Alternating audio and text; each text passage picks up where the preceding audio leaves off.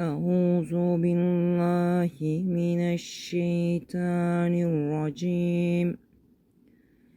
بسم الله الرحمن الرحيم.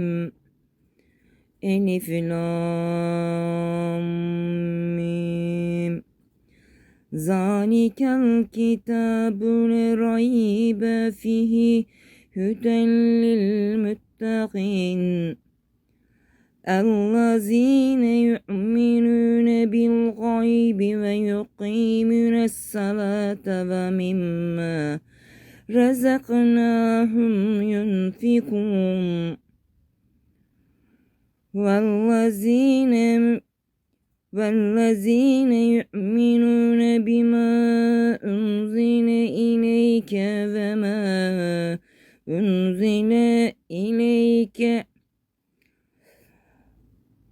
والذين يؤمنون بما أنزل إليك وما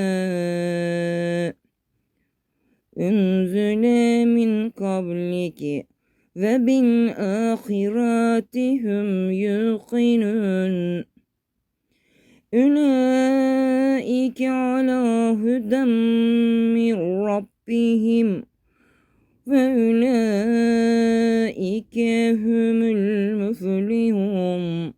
صدق الله العظيم. بسم الله الرحمن الرحيم.